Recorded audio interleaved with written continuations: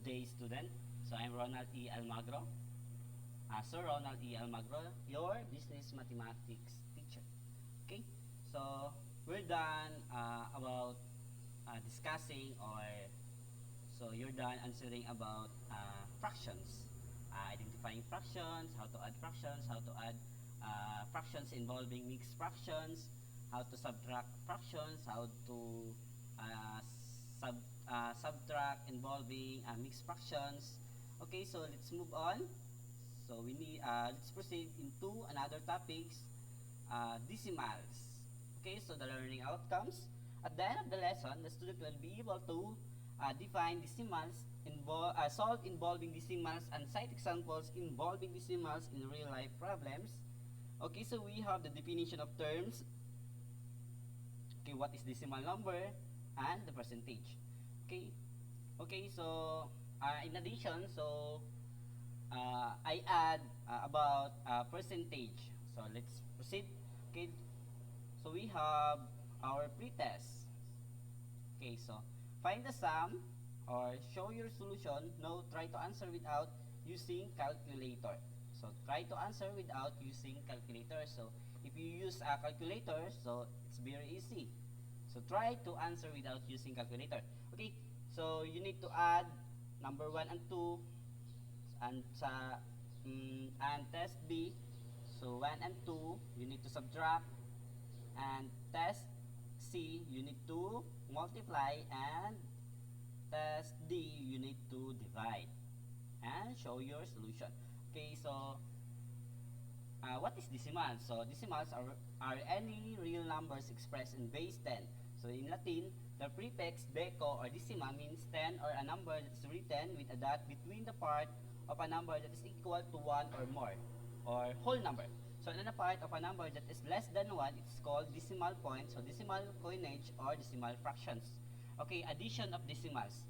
So in addition of decimals, so adding decimals, one should observe the place value of each digit and should be arranged vertically. So we need to arrange vertically. So when we say vertical, like this. Okay, so the decimal points and all the digits should be aligned per place value for easy operation. So example number 1.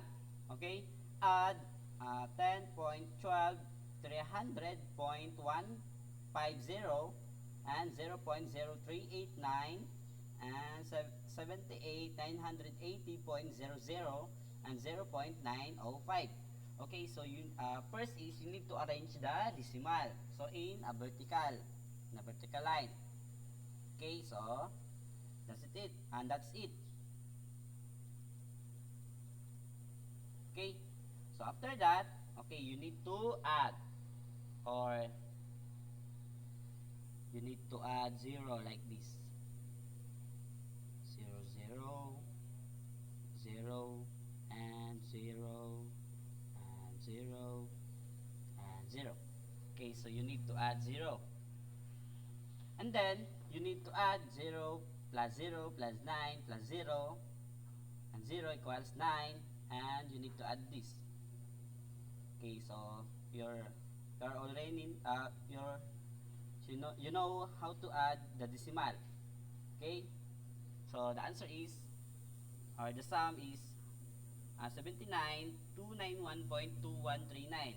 And let's move on into another lesson, subtraction of decimals. So in subtraction of decimals, so you need an understanding of which is to be taken or deducted subtrahend. So from the bigger number and minuend to get the answer difference. So the answer is the difference. To subtract manually, start from the right to the left. So you need to start from the right to the left. So right, so starting here to left. Okay, gets? Okay, so to check if the answer is correct, add the difference to the subtrahend. If the result is the same as the minuend, your operation is correct. Okay, some example number 2. So the other one, example number 1, example number 2. Subtract 1 1900.219 from 9467.350 or 3.350. Okay, so nautal. Okay, so first is you need to arrange the decimal in a vertical form, or the point. You need to arrange the point like this. Okay, so in subtracting, so 0 minus 9 cannot be because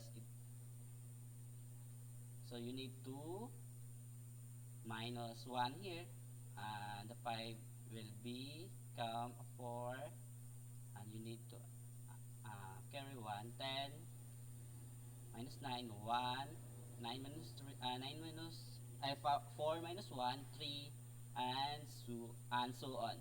Okay, so the answer is, the difference is 7,567.131. Okay, so multiplication of decimals. So in multiplying decimals, the placement of digits of multiplicand and multiplier should be properly arranged so that there should also be an accurate alignment of the digits of the partial product depends on the number of decimal places of the multiplicand and multiplier. Okay, start multiplying from the left to right of the multiplier. So from the left to right. Okay, so from the left to right. So to check your answer, so divide the product by the multiplier and the result is multiplicand. Okay. So 810.50 times 0.56. Okay, so you need to arrange. So 810.50, then times the multiplier, we have 0.56 or 0.56. Okay, so 6 times 0, then 6 times 5, 6 times 0, 6 times 1, 6 times 8. So the answer is 466,300. Next is 5 times 0. So we have the result is 405,250. Okay, take note. So we have the decimals. There are 2 decimal places of the multiplicand and 2 decimal places of the multiplier. Okay, gets? Okay, 1, 2. 1 and 2. So that the counting from the right to the left is 1, 2, 4 to the far right. The decimal point answer is, okay, so we have 2 decimal point. Decimal point. Then 2 decimal point. Then you need to add. So after that, you need to count 1, 2, 3, 4. So since we have the 4 decimal places, so you need to count the product in from right to the left. So 1, 2, 3, and 4. Okay, put the decimal here. So the answer is, or 453.88. So let's move on into this division of decimals. So for the division of decimals, the placement of decimal point in each part, the dividend and the divisor and quotient, so should be clearly aligned. So we need to align the dividend, the divisor, and the quotient. Okay, so you need to align. Okay, so which is our the divisor? So this is the divisor, the 1.2, and our dividend. So first, okay, so I put my answer here. So I just to erase this.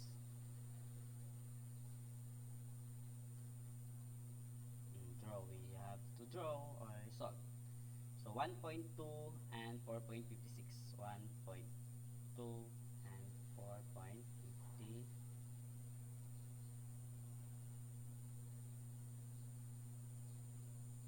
Okay. Okay.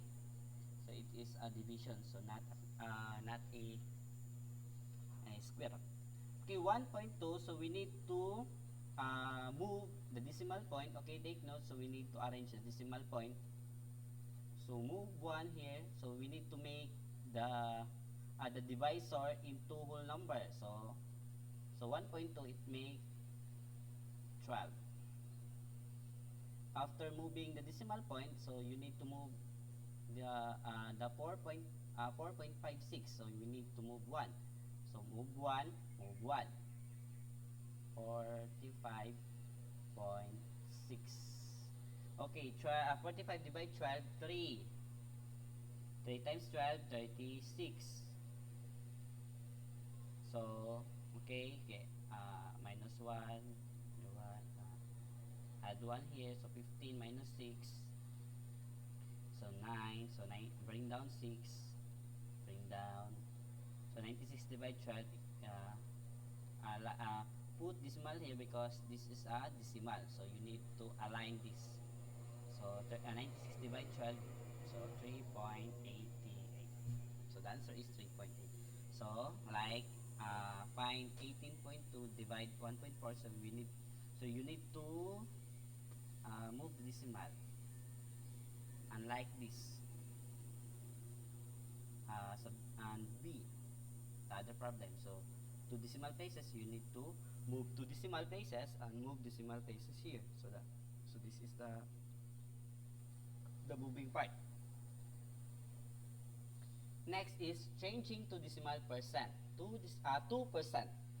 Changing decimal 2%, so multiply the decimal number by 100. So the result is just like moving the decimal point 2 places to the right. So instead of writing the decimal point, so just apex the percent sign. Okay, so you need to multiply 0.5 times 100. So the 100 is your percent. So these are 100%. Okay, or by simply, if we have, so the easy part is if we have 0.05, so we already know that the percent is 2 0, so we need to move 0, 2 0, 1 2, 2 decimal places. So the answer is 5%, or like this. So how many 0 in percent? So we have 2 0. Okay, so move 2 1 2, so 37%. Okay, gets. Okay, divide. So divide, changing percent to decimal, so we need to divide the given number by 100. The result is just like moving the decimal point 2 places to the left. So instead of writing the percent sign, so just affect the decimal point. So example, 8%, so we need to convert into a whole number. So 8 divide 100, 0.08. 25%, so 25 divide 100, so 0.25. Okay, changing fraction to percent, so convert a fraction to its decimal equivalent by dividing the numerator by its denominator.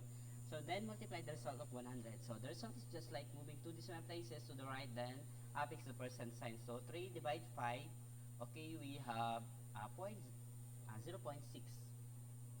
Then times 100, so 60, and put percent. So 60%. So like 5 divide 10, 5 over 10, so 5 divide 10, 0.5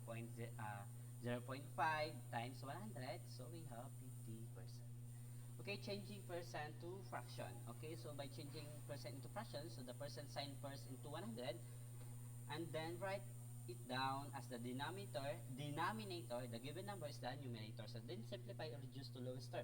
Okay, 25, so we have the 25%, so we need to convert into fractions, so we need to put 100 here. Okay, so 25, so 25% make it a whole number, so ignore the percent, so 25 divide 100, so 20.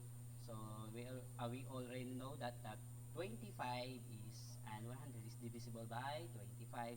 So the greatest common factor, so 25 divide 25, so 25 divide 25, 1, and 100 divide 25, 4. And like 475%, so you need to put 100 and divide 475 divide 100, so 4.75, and make it into fractions, so 4 and 3/4.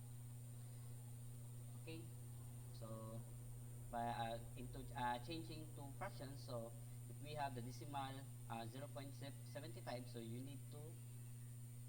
uh, you need to make it into decimal into fractions. So right, so 0.75, so 75 divide by 100.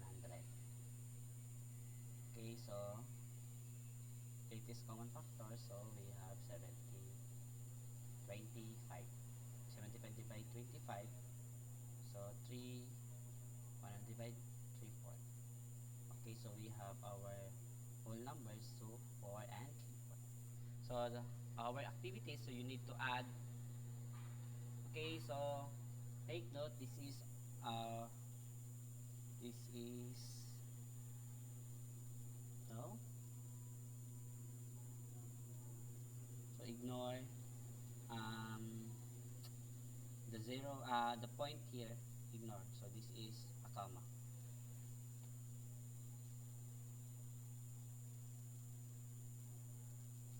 Next, need to add. You need to add. Show your solution and subtract.